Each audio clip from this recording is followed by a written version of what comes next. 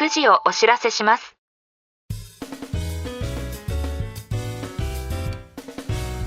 This program is Whiskey Radio, Drama FM. 時刻は午後9時を回りました。金曜日の夜のウイスキーラジオ、ドラマ FM のお時間です。お相手はナビゲーターのシーカーでお送りします。この番組ではウイスキーニュースをはじめ、バーで見かけたら一度は召し上がっていただきたいウイスキーをご紹介していきます。ぜひお酒を飲みながらどうぞ最後までお付き合いください。開けてすぐ飲むことができるレディトゥドリンク製品にあの有名ブランドカティーサークが参入したようです。製品名はカティーサーク&ジンジャーエールハイボール。カティーサークオリジナルのブレンドウイスキーをベースにジンジャーエールを加えたハイボールになっており、アメリカ限定リリースとのことですが、今回にはポルトガルやブルガリアなどでも展開予定とのことです。4缶入りで希望小売価格は約10ドル。1缶あたり360円といったところでしょうか。バニラやシトラスの香りがジンジャーエールの甘くスパイシーな風味によって際立ち、爽やかでバランスの良い味わいになっています。日本でも桜尾ジントニック缶や白州のハイボール缶など人気の市場になっていますが、世界的にもこの流れが進んでいるようです。ウイスキーバブルが一段落したことで新たな戦略の一つとして注目されているのかもしれません。缶としてはちょっと高いですが、一度飲んでみたいですね。それでは海外ニュースをお届けしたいと思います。キャンベルタウンで計画されている蒸留所ダルリアタが誕生へ新たな一歩を踏み出しました。アーガイル&ビュート評議会から建築許可が正式に下り、2025年内に着工予定であることが発表されました。かつてウイスキーの都と呼ばれたキャンベルタウンは、19世紀末には30以上の蒸留所が稼働していましたが、20世紀初頭に衰退。1929年にはわずか2カ所まで減少しました。しかし現在、熱心なファンに支えられ最高の兆しを見せており、新設計画としてマクリハニッシュやウィッチバーンも進行中です。ダルリアタの計画では年間生産量はピュアアルコール換算で85万リットル、自社ボトリング施設と熟成庫も併設予定で、控えめではない運営規模を目指すとのことです。ダルリアタとはアイルランドから渡ってきたスコット人がスコットランド西部に建国した王国の名前になります。498年、ファーガスモー・マクエルクが2人の弟を連れてキンタイヤ半島に上陸。アット川のほとりのダナットにダルリアタ王朝を樹立し、自らファーガス2世として初代国王に就いたのが始まりです。6世紀終わりから7世紀初頭にはダルリアタ王国は最高潮に達し、現在のアーガイル&ビュート、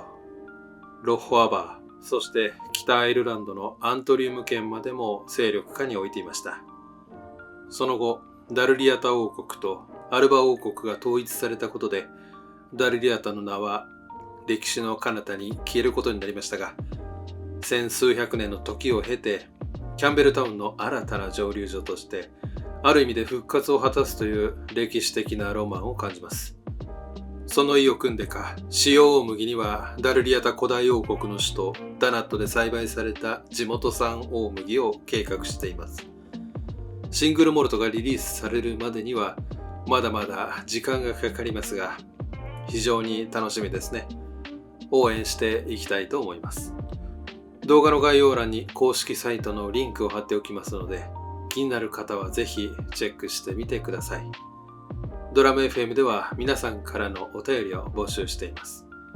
いただいた内容は番組内でご紹介させていただきますので、おすすめのウイスキーや素敵なバーのご紹介などをコメント欄にお寄せください。感想や質問も大丈夫です。たくさんのお便りをお待ちしています。それでは今日のゲストなんですけども、この番組ではゲストと称しまして、私が購入したウイスキーを皆さんにご紹介したいと思います。本日はハイウエスト蒸留所からハイウエストバーボンです。ハイウエスト蒸留所は2006年にデイビッド・パーキンスとその妻ジェーンによって創業されました。創業者デイビッドは元生化学者で、ケンタッキー州のウイスキー蒸留所を訪れた際に発酵や蒸留のプロセスと自分の専門である生化学の共通点に感銘を受け、自身の蒸留所を開く決意をしました。2004年、パーキンス一家はユータ州パークシティへ移住。2007年には蒸留を開始しました。パークシティが選ばれた理由は、デイビッドのオールドウエストへの愛着とユタ州のあまり知られていないウイスキーの歴史への関心からです。ハイウエストはもともと歴史ある馬車小屋とガレージを改装した場所に250ガロンの小さな蒸留機とサルーンを構えてスタートしました。そこから着実に成長し、現在では国際的に認知され、数々の賞を受賞しているウイスキーブランドへと発展しています。ハイウエストバーボンは2年から13年熟成させたストレートバーボンウイスキーの絶妙なブレンドになっています。どんな味がするんでしょうか。ではストレートでいただいてみたいと思います。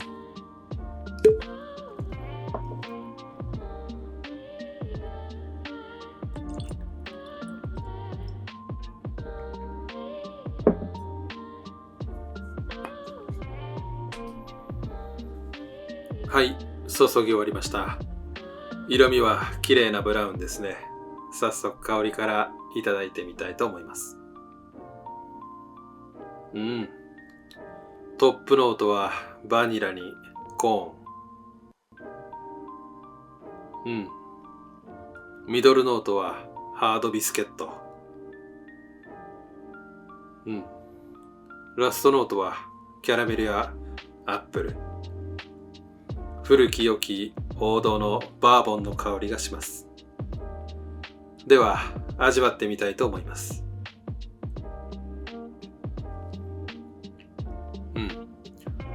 口当たりはリッチ、ボディはミディアムからフルボディ。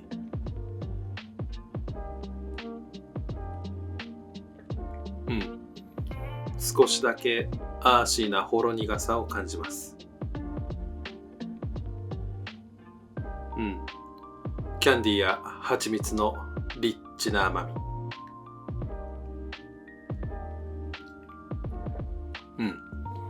コーンブレッドやビスケットの香ばしさ。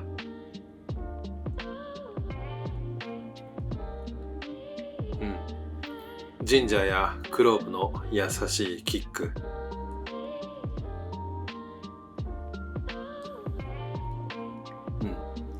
フィニッシュはバニラにキャラメルソースのかかったリンゴや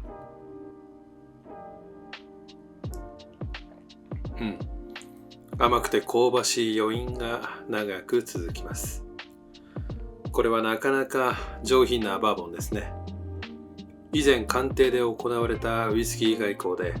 アメリカ駐日大使が送ったのがこのバーボンで、興味を惹かれて今回レビューを行ってみましたが、素晴らしい出来のバーボンでした。手頃な値段なのに非常に満足度の高い飲み応えが感じられる名手と言ってもいいかもしれません。これはストレートやロックでおすすめしたいですね。もしバーで見かけることがありましたら、ぜひ召し上がってみてはいかがでしょうか。そろそろお時間となりました。次回のゲストは福岡県の新道蒸留所から新道エクスペリメンタル01をご紹介したいと思います。このラジオが気に入っていただけましたら、コメント、高評価、チャンネル登録をよろしくお願いします。それでは良い週末を。お相手はシーカーでした。